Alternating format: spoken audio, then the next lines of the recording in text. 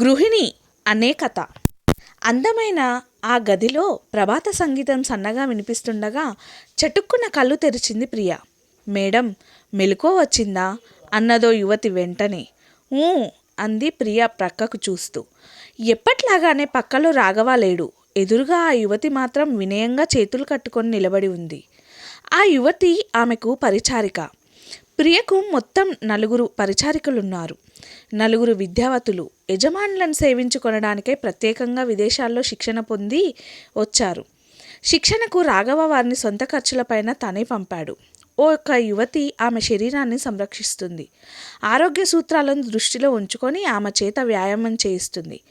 ముఖ ప్రక్షాళన నుంచి స్నానం వరకు ఆమె పర్యవేక్షణలో జరుగుతాయి. 2వ యువతి ప్రియను అలంకరిస్తుంది. వేసిన బట్ట వేయకుండా, చేసిన అలంకరణ చేయకుండా ప్రియ కట్టు బొట్టులను శాసిస్తుందామె. 3వ యువతి ఆమె ఆహారపు అవసరాలను చూస్తుంది. అటు ఆరోగ్యం చెడకుండా, ఇటు ప్రియ రుచులకు లోటు లేకుండా పదార్థాలను తయారు చేస్తుందామె. 4వ యువతి ప్రియకు మానసిక ఉల్లాసాన్ని కలిగిస్తుంది. ఆమె అభిరుచులకు అనుగుణంగా కథలు చెబుతుంది, వీడియోలు చూపిస్తుంది. ఆ 4 యువతులు అంటే ప్రియకు ఎంతో ఇష్టం. స్వతహాగా అందమైన ప్రియ అందచందాల 4 యువతుల కారణంగా ఇనుమడించాయి. కానీ వారి జీతాలు బ్యాంకులో ఉన్నతోద్యోగంలో 25 సంవత్సరాల సర్వీసులున్న వారికి మించి ఉంటుందని ప్రియ బాధపడుతుంది. భర్త వద్ద రాఘవ ఆమెను మృదువుగా మందలిస్తాడు. ప్రియ సామాన్య మధ్యతరగతి యువతి. రాఘవ కోటీశ్వరుని ఏకైక వారసుడు. తొలి చూపులో ప్రియనతడు ప్రేమించాడు. వెంటనే ప్రియకు తన ప్రేమ గురించి చెప్పుకున్నాడు. మన మధ్య అంతస్తుల భేదం ఎక్కువ అంది. మనమిద్దరం ఒక్కటైతే మన మధ్య భేదాలు ఎలా ఉంటాయి అన్నాడు రాఘవ. ప్రియ బదులివ్వలేకపోయింది. కానీ మీ ఇంట్లో మీ తల్లిదండ్రులు సూచించిన సంబంధం చేసుకొని వారి పట్ల మీ బాధ్యతను నిర్వహించండి అంది. ఆ బాధ్యత కంటే నీ పట్ల నాకున్న బాధ్యత ముఖ్యమైనది అన్నాడు రాఘవ. నీ అందం అపురూపమైనది. నేను సౌందర్య రాధకుడిని. నీ రూపలావణ్యాలకు న్యాయం చేకూర్చడం నా బాధ్యత. ప్రియ సిగ్గుపడింది. రాఘవ ఆమెను తానెలా చూసుకునేది వివరించాడు. ప్రియ ఆశ్చర్యపడింది. నీ తల్లిదండ్రులతో మాట్లాడి మన వివాహానికి ముహూర్తం నిర్ణయిస్తాను అన్నాడు రాఘవ. ప్రియ వారించలేదు. కానీ ఆ వెనువెంటనే బాబురావును కలుసుకుంది. బాబురావు కాలేజీలో లెక్చరర్. ప్రియకు పక్కింట్లో ఉంటున్నాడు. మెట్రిక్ చదివేటప్పుడు ఆమెకు ప్రైవేట్ చెప్పాడు. అతడి పాఠాలంటే మాటలే ఎక్కువ నచ్చాయి.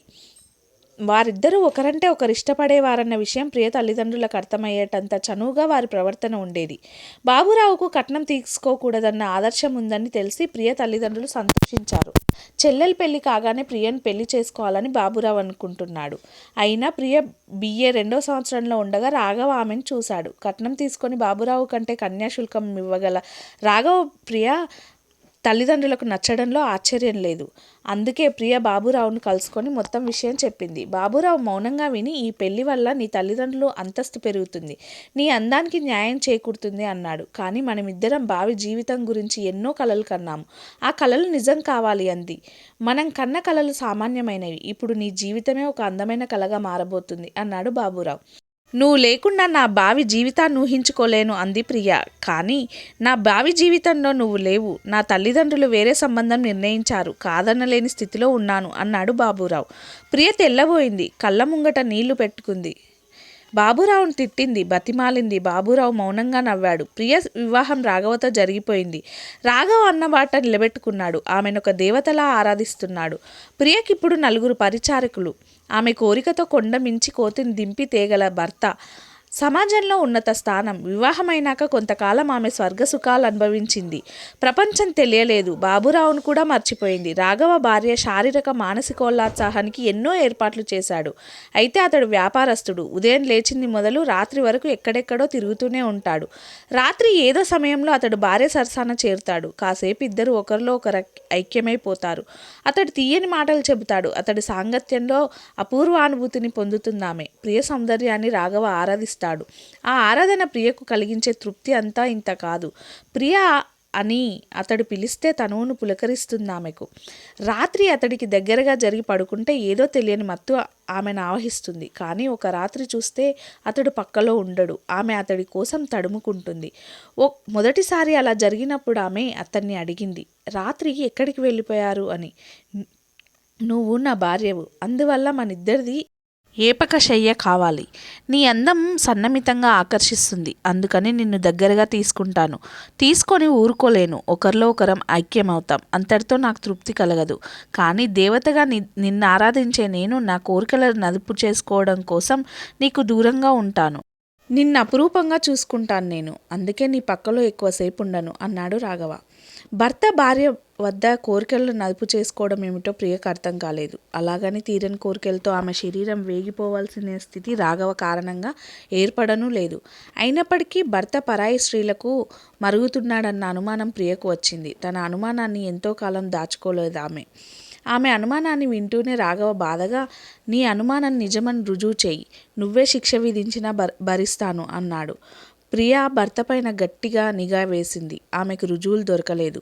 ఆమె భర్త ముందు తన ఓటమిని అంగీకరించి, మీరు నా కోసం మీ సమయం వేచిస్తేనే నాకు సంతోషంగా ఉంటుంది అంది. నీకు భవంతులు కావాలంటే చెప్పు, పరిచారికలు సంఖ్య పెరగాలంటే చెప్పు, నగలు కావాలంటే చెప్పు, క్షణాల మీద ఏర్పాటు చేయగలను. నన్ను మాత్రం నీకు దూరంగా ఉండని. నేనెక్కడున్నా నీ గురించి ఆలోచిస్తుంటాను. ఎంత ముఖ్యమైన పనిలో ఉన్నా నీ తలుపులు నన్ను వీడవు అన్నాడు రాఘవ. మీరు నాకు దూరంగా ఎందుకుండాలి? దగ్గరగా ఉన్నప్పుడు నా మనసెలా అదుపు తప్పుతున్నది నాకు తెలుసు. నా మనసును అదుపు చేసుకోవడానికి ఉన్న ఏకైక మార్గం నీకు వీలైనంత దూరంగా ఉండడం. ఆ దూరం మన మధ్య ఆకర్షణను పెంచుతుంది. నా కారణంగా నీ అందం మాసిపోకుండా కాపాడుతుంది అన్నాడు రాఘవ. నా అందం త్వరగా మాసిపోతుందని మీ భయమా? నీ అందం మాసేది కాదని నాకు తెలుసు. అలాగని మాపడానికి ప్రయత్నించలేను గదా అన్నాడు రాఘవ. అతడి మనసులో ఏమున్నదో ప్రియకు తెలియదు. కానీ భర్త తనను 1000 కళ్ళతో కనిపెడుతున్నాడని ఆమెకు తెలుసు. ఆమె మనసుకు రవ్వంత కష్టం తోచినా, శరీరానికి సుమంత గాయమైనా అతడికి వెంటనే తెలిసిపోయేది. వెతుక్కుంటూ వచ్చి విలవిలలాడిపోయేవాడు. ఇంత చిన్న విశేషం మీకెలా తెలుస్తుందని ప్రియ ఆశ్చర్యపడుతుంది. నేను నీకు దూరంగా ఉన్నానని నీ అనుమానం. నా మనసెప్పుడూ నిన్నే అంటిపెట్టుకొని ఉంటుంది అంటాడు రాఘవ. అందరూ ప్రియ అదృష్టవంతురాలని అంటారు. ఆమె సాధారణ మధ్యతరగతి యువతి. పెళ్లి కానప్పుడు తన పనులు తాను చేసుకొనడమే కాక ఇతరుల పనులు కూడా చేసేదామె. ఇప్పుడు ఆమె పనులు చేయడానికే కాక ఇతరుల పనులు చేసి పెట్టడానికి కూడా పరిచారకులున్నారు. ఆమె అంతస్తు నితంగా పెంచిన భర్త ఆమె నుంచి కృతజ్ఞత భావాన్ని నశించడానికి బదులుగా తానే కృతజ్ఞతాభావంతో వంగిపోతున్నాడు. ఆమె నున్నత స్థానంలో ఉంచి ఆదరిస్తున్నాడు. రాఘవ ప్రేమారాధన గురించి అందరూ వింతగా చెప్పుకునేవారు. అంతటి కోటీశ్వరుడు విలాసాల జోలికి పోకుండా కేవలం భార్యనలా ఆరాధించడం ఒక విశేషం అనేవాడు. విశేషం నా ప్రేమలో కాదు, నీ అందంలో ఉంది. నారు పోసినవాడు నీరు పోస్తాడు. భగవంతుడిని అందానికి న్యాయం చేకూర్చడం కోసమే నన్ను సృష్టించాడు. నాకు సిరులిచ్చాడు అంటాడు రాఘవ. వివాహమై 1 ఏడాది గడిచాక క్రమంలో వాస్తవంలోకి రాసాగింది ప్రియ. అప్పుడు ఆమెకు బాబురావు గుర్తుకొచ్చాడు. అతడు తనను నిరాకరించాడన్న విషయం కూడా ఆమెకు గుర్తొచ్చింది. అతడిని ఒకసారి కలుసుకోవాలని, తన అదృష్టవంతునతను గుర్తించేలా చేయాలనుకుంది. ఒకరోజు ఆమె స్వయంగా వెళ్ళి అతన్ని కలుసుకుంది. బాబురావు ఆమెను అభిమానంగా పలకరించాడు. ఆమె చెప్పిందంతా విని, నీకిలాంటి అదృష్టం పడుతుందని తెలియడంతోనే నీ అందానికి తగిన న్యాయం చేకూరుతుందని అనుకున్నాను. అందుకే నిన్ను నిరాకరించాను. నాకిప్పుడెంతో సంతోషంగా ఉంది అన్నాడు. ప్రియ తెల్లబోయి, నా మీద ప్రేమతో కాదు, స్వార్థంతోనే నన్ను నిరాకరించావు. ఇప్పుడు ఊరికే అబద్ధం చెబుతున్నావు అంది. నిన్ను కాక వేరెవరినైనా వివాహం చేసుకున్నప్పుడు నేను చెప్పింది అబద్ధమేనని నేను నమ్ముతాను అన్నాడు బాబురావు. ప్రియ నిష్ఠురాలై, అయితే నీవిక వివాహమే చేసుకోవా అంది. ప్రియ ప్రశ్నకు కాలమే బదులిచ్చింది. ఇప్పుడు ప్రియకు వివాహమై 10 సంవత్సరాలు దాటింది. ఆమెకి 2 పిల్లలు. పెద్దవాడు విజయ్కు 6 ఏళ్ళు, రెండో పిల్ల లతకు 3 ఏళ్ళు. పిల్లలను కనడం వరకే ప్రియకు బాధ్యత. వారిని చూసుకునేందుకు రాఘవ కుటుంబ సాంప్రదాయానికి అనుగుణంగా పెంచడానికి వేరే పరిచారకులున్నారు. చక్కగా ముస్తాబై ఉన్నప్పుడు వారిని ఆమె కాసేపు ముద్దులాడుతుంది. 2 పిల్లల తల్లులైన ప్రియలో మార్పేమీ లేదు. రాఘవ ప్రేమలోనూ మార్పు లేదు. బాబురావు జీవితంలోనూ మార్పు లేదు. అతడు వివాహం చేసుకోలేదు. ప్రియ మాత్రం వివాహమైనాక తొలిసారి అతన్ని కలుసుకున్న రోజు నుంచి ఇంతవరకు ప్రతిరోజు వెళ్ళి అతన్ని కలుసుకుంటుంది. పక్క దిగలేనంత జబ్బు చేసినప్పుడు 2 పురుళ్ళు సమయంలోనూ మాత్రం ఆమె అతన్ని కలుసుకోలేకపోయింది. సాయంత్రం 6 నుంచి రాత్రి 9 వరకు ఆమె ప్రతిరోజు బాబురావు గదిలో గడుపుతుంది. అక్కడికి ఆమె వీలైనంత రహస్యంగానే వెడుతుంది. అందుకోసం ఆమె ఒక 2 వాటాల ఇల్లు కొంది. ఒక వాటా బాబురావుకు అద్దెకిచ్చింది. రెండో వాటాను తన అభిరుచులకు అనుగుణంగా అలంకరించుకుంది. ఆ ఇంటిలో మధ్యతరగతి కుటుంబాన్ని అద్దెకిచ్చింది. అందులో ఒక పెద్ద గది ఆమెకెప్పుడు ప్రత్యేకించబడింది. ఆ గదిలోనికి వెళ్ళి తలుపులు వేసుకొని ఏకాంతంలో సంగీతం వింటూ పుస్తక పఠనం చేస్తానని ఆమె చెబుతోంది. ఆ గదిలోంచి బాబురావు వాటాకు వెడుతుందామె. అక్కడ ఇద్దరూ ఎంతో చనువుగా మసులుతారు. ఆమె అతడి ఇల్లంతా సర్ది పెడుతుంది, వంట చేస్తుంది. ఇద్దరు కలిసి భోజనం చేస్తారు. ఒకరి వడిలో ఒకరుండి ప్రేమ కబుర్లు చెప్పుకుంటారు. వారి విధంగా రహస్యంగా కలుసుకుంటున్నప్పటికీ ఇద్దరిని ఆ సమయంలో చూసిన వారెవరికైనా వారిద్దరూ ఒకరి కోసం ఒకరు పుట్టిన ప్రేమికులని, ఎన్నో ఏళ్లుగా కలిసి జీవిస్తున్న దంపతులని అనిపిస్తుంది. అయితే అలా అనుకునే అవకాశం ఇంతవరకు ఎవరికీ రాలేదు. అందుకు వారిని అలా చూడాలి కదా. ప్రియా, నీవిలా రావడం నీ భర్తకు తెలిస్తే ప్రమాదమేమో అని విధిగా ప్రతిరోజు ఒక్కసారైనా అంటాడు బాబురావు. ప్రేమ ప్రమాదాలకు భయపడదు అంటుంది. నువ్వు కూడా వివాహం చేసుకుంటే నాకెంతో తృప్తిగా ఉండేది అంటుంది ప్రియా ప్రతిరోజు. వివాహం అయితేనేం, కాకుంటేనేం, నువ్వు నా గృహిణివే కదా అంటాడు బాబురావు అందుకు బదులుగా. ప్రియకు ప్రమాదం అని తెలిసి కూడా బాబురావు ఆమెను రావద్దని వారించాడు. ఆమె సమక్షం అతడికి కలిగించే ఊరట అంతా ఇంత కాదు. అందుకే ప్రతిరోజు సాయంత్రం 6 నుంచి 9 వరకు బాబురావు ప్రపంచంలో అన్ని బంధాలు తెంచుకుంటాడు. ఆ సమయంలో అతడు స్నేహితులను కలవడు. ఎప్పుడైనా బంధువులు వచ్చి అతడింట ఉంటే బాబురావు ప్రాణం విలవిలలాడిపోతుంది. జీవితమంతా ఇలాగే గడిచిపోతే నేను భగవంతుణ్ణి కోరడానికి ఏమీ ఉండదు అన్నాడు బాబురావు ఒకసారి. అదే మాట ప్రియ తన మనసులో అనుకుంది. కానీ జీవితం ఎవ్వరికీ సాఫీగా నడవదు. విజయ్కు 15 ఏళ్ళు నిండాయి. ఆ రోజు అతడి పుట్టినరోజు వేడుక. మధ్యాహ్నం 3ంటికి ఆ వేడుక ఏర్పాటు చేసింది ప్రియ. ఎట్టి పరిస్థితుల్లోనూ సాయంత్రం 6ంటికి తన సమయాన్ని వృధా చేసుకోదామే. ఆ వేడుక సాయంత్రం జరగాలని విజయ్ పట్టుబట్టాడు. అతడి స్నేహితులు కొందరు సాయంత్రం తప్ప రాలేమన్నారు. కానీ ఆ ఇంట్లో ప్రియ పట్టుదల ఒక్కటే నెగ్గుతుంది. విజయ్కి కోపం వచ్చింది. ముభావంగానే వేడుక చేసుకున్నాడు. తనేడు సంతోషాన్ని కూడా కాదని తల్లి పొందే అనుభవం ఏమిటో అతడికి ఊహ కందలేదు. అమ్మా, నేను నీతో ఆ గదికి వస్తాను అన్నాడు విజయ్. ప్రియ ఒప్పుకోలేదు. తల్లి అక్కడేం చేస్తుందో చూడాలని విజయ్ కుతూహలం చెలరేగింది. అందు గురించి అతడు పథకం ఆలోచించాడు. ఒక రోజున విజయ్ ఆ ఇంటిని క్షుణ్ణంగా పరీక్షించాడు. బాబురావు ఇంట్లో నుంచి ఆ గదిలోకి ప్రవేశించే అవకాశం ఉందని గ్రహించాడు. ముందుగా తల్లి గదిలోని లోపల గడియ తీసేశాడు. బాబురావు ఇంటి వాటాలో రహస్యంగా ప్రవేశించడానికి బాత్రూంలను ఎన్నుకున్నాడు. ఆ చిన్ని కుర్రాడి బుర్రలో ఇలాంటి పథకం ఉందని అటు బాబురావుకి కానీ ఇటు మధ్యతరగతి కుటుంబానికి కానీ ప్రియకు కానీ తెలియలేదు. ఫలితంగా అతడి పథకం నిర్విఘ్నంగా నెరవేరింది. కానీ విజయ్ చూడకూడని దృశ్యమే చూశాడు. తన తల్లి పరాయి పురుషుడితో ఎంతో చనువుగా విజయ్ షాక్ తిన్నాడు. ఆడవాళ్ళు పరాయి పురుషులతో చనువుగా మసలడం విజయ్ కుటుంబంలో వింత కాదు. కానీ అందుకింత రహస్యంగా అవసరం లేదు. ఒక్కసారిగా విజయ్కు తల్లంటే ఏహ్యభావం కలిగింది. ప్రియ కానీ బాబురావు కానీ విజయ్ని చూడలేదు. తన తండ్రి తల్లిని ప్రాణాధికంగా ప్రేమిస్తున్నాడు. కానీ ఆ తల్లి కన్న కొడుకును కూడా మర్చి ఇక్కడకు వచ్చి పరాయి పురుషుడితో. విజయ్ వయసు 15 ఏళ్ళైనా దృఢంగా ఎత్తుగా యువకుడిలా ఉంటాడు. యువకుడికి ఉండేంత అనుభవం లేకపోయినా పరిజ్ఞానం అతడికి ఉంది. అక్కడి నుంచి ఒక్క ఉదుటున విజయ్ వెనక్కు మళ్ళీ వెతుక్కుంటూ వెళ్ళి తండ్రిని కలుసుకున్నాడు. తను చూసింది చెప్పాడు. రాఘవ మండ్రనంచిపోయాడు. అయితే త్వరగానే తేరుకొని కంగారు పడకు. ఎక్కడో ఏదో పొరపాటు జరిగింది. నేను తెలుసుకునే వరకు నువ్వు తెలుసుకున్న నిజం నిజం కాదు అన్నాడతను.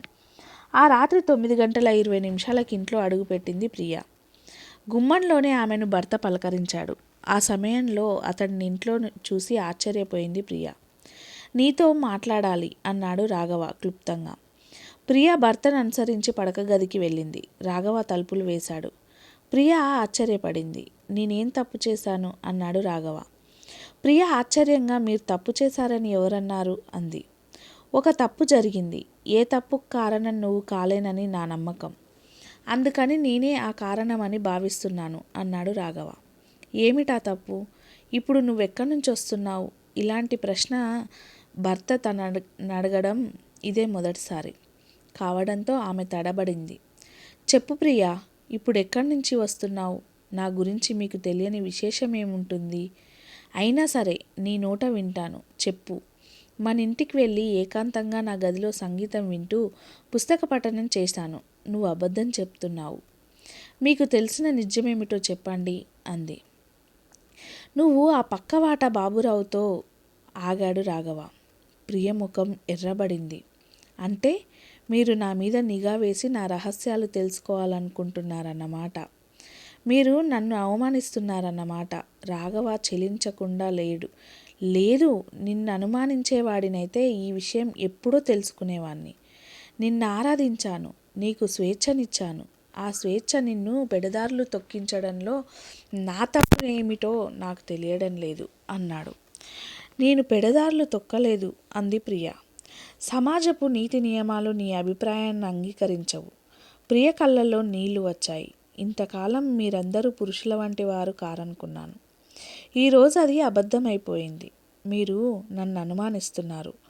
మీ అనుమానానికి ఆధారం లేదు. ఆధారం అంటే అది సంపాదించడానికి మీరు ప్రయత్నించారని అర్థం. ఆ ప్రయత్నం నన్ను అనుమానించడమే కాదా అంది ప్రియ. రాఘవ నిట్టూర్చి, ప్రియా, నువ్వు నా ప్రేమను అర్థం చేసుకోలేవు. నువ్వు బాబురావును కలుసుకునేందుకే అక్కడికి వెళ్తున్నావన్న విశేషం నాకు ఈరోజే తెలిసింది. అయినా అది రుజువు చేసుకునేందుకు రెడ్ హ్యాండెడ్గా నిన్ను పట్టుకోవాలని నేను అనుకోలేదు. నిన్నే అడిగి నిజం తెలుసుకోవాలనుకున్నాను. నిన్ను నేరస్తురాలిగా పరిగణించడం నాకు ఇష్టం లేదు. కానీ నీ కన్నబిడ్డల ద్వేషానికి నువ్వు గురి కాకూడదని నా కోరిక అన్నాడు. అంటే నువ్వు రోజు బాబురావును కలుసుకుంటున్నానంటే ఇప్పటికీ నాకే అభ్యంతరం లేదు. కానీ ఆ విషయం మన బిడ్డలకు తెలియకుండా చూసుకోవడం నీ బాధ్యత. ఈరోజు విజయ్ మిమ్మల్ని ఇద్దరిని చూసి నీ మీద ద్వేషం పెంచుకొని నా దగ్గరికి వచ్చి చెప్పాడు అన్నాడు రాఘవ. ప్రియా తెల్లబోయింది. ఆమె నోట మాట రాలేదు. రాఘవ ఆమెకేం జరిగిందో ఎలా జరిగిందో చెప్పాడు. నేను నిన్ను సానుభూతితో అర్థం చేసుకుంటున్నాను. నాలో లేని ఆకర్షణ నీకు బాబురావులో ఏం కనబడింది అన్నాడు రాఘవ ప్రశాంతంగా. తమాయించుకునేందుకు ప్రియకు కాసేపు పట్టింది. తర్వాత ఆమె గొంతు సవరించుకొని నెమ్మదిగా చెప్పడం ప్రారంభించింది. నేను మధ్యతరగతిలో పుట్టాను. నా అందం అసామాన్యమైనదని మీరన్నారు. కానీ మానసికంగా నేను సామాన్యురాలిని. మీరు నన్ను సినీ తారలాగో మహారాణిలాగో చూస్తున్నారు. ఆ జీవితం కొంతవరకు నాకు బాగానే ఉంది. అయితే బాబురావు నేను పెళ్ళికి ముందు ప్రేమించుకున్నాం. భావి జీవితం గురించి ఎన్నో కలలు కన్నా. నాకు సంబంధించినంత వరకు ఆ కలలు సామాన్య గృహిణివి. మీతో వివాహమైనాక ఆ కలల్లో ఒక్కటి కూడా తీరలేదు అని ఆగింది ప్రియ. ఆ కలలేమిటో నేను తెలుసుకోవచ్చా అన్నాడు రాఘవ కుతూహలంగా. తన కారణంగా బాబురావుతో ప్రియకు జరగవలసిన పెళ్ళి ఆగిపోయిందని రాఘవకు తెలుసు. అన్నింటికీ నా భర్త నాపై ఆధారపడాలి. నా భర్త పనులన్నీ నేను చేసుకోవాలి. అతడికి నేను స్వయంగా వండి పెట్టాలి. నేను సర్దందే అతడి పక్కకు అందం లేదు. నేను వండందే అతడి రుచులకు తృప్తి లేదు. నేను చెప్పనిదే అతడికి అలంకరణకు హుందా లేదు. నేను లేని లోటు అతడింట అనుక్షణము. అతడు రాఘవ ఆశ్చర్యంగా అన్నాడు ఆమెను కొనసాగించమన్నట్లుగా. బాబురావు ఇంట్లో నేను అతని బట్టలు ఉతికాను. అతడి రుచులకు అనుగుణంగా వండి పెట్టాను. అతడి ఇంటిని తీర్చిదిద్దాను. అతడు నన్ను అభినందిస్తుంటే ఎంతో ఆనందించాను అంది ప్రియ. బాబురావు అదృష్టవంతుడు. బాధ్యతలు లేకుండా భార్య దొరికింది అన్నాడు రాఘవ నిట్టూర్చి. అతడి అదృష్టాన్ని నేను అభినందించలేను అంది. ఎందుకని? నా తనువు భర్తను కోరింది. నేను మీకు భార్యనయ్యాను. నా మనసు భర్తను కోరింది. బాబురావుకు గృహిణి అయ్యాను. ఈ విధంగా నాకు తనువు మనసు రెండూ తృప్తి చెందాయి. కానీ బాబురావుకు గృహిణి లభించింది, భార్య లేదు. ఇది అదృష్టమేనంటారా అంది ప్రియ. ఏమన్నావు అన్నాడు రాఘవ. ప్రియ బదులివ్వకుండా అతడి వైపు చూసింది. ఆమె కనుల భాష రాఘవకు తెలుసు. అవి అతడికెన్నడూ అబద్ధం చెప్పలేదు. తన ఇంట గృహిణి కాలేక ఆమె బాబురావును ఆశ్రయించింది. శారీరకంగా ఆమె ఏ తప్పు చేయలేదు. సినీ తారలు మహాతారలు తమ సౌందర్యాన్ని పరుల కోసం జీవించే తమ పద్ధతులకు అనుగుణంగా మలుచుకుంటారు. కేవలం తన కోసమే జీవించాలనుకున్న ఒక యువతిని వారిలా తయారు చేయాలనుకున్న కారణంగా ప్రియ మానసిక అసంతృప్తిని చల్లార్చుకునేందుకు మరో పురుషుడిని ఆశ్రయించింది. ప్రియ మగాడని అనుమానించిన మగువను భగవంతుడు కూడా తప్పుపట్టలేడు. మన బాబుకి నేను నచ్చ చెప్పగలను. ఈ రోజు నుండి నువ్వు నా భార్యవు కాదు, గృహిణివి అన్నాడు రాఘవ.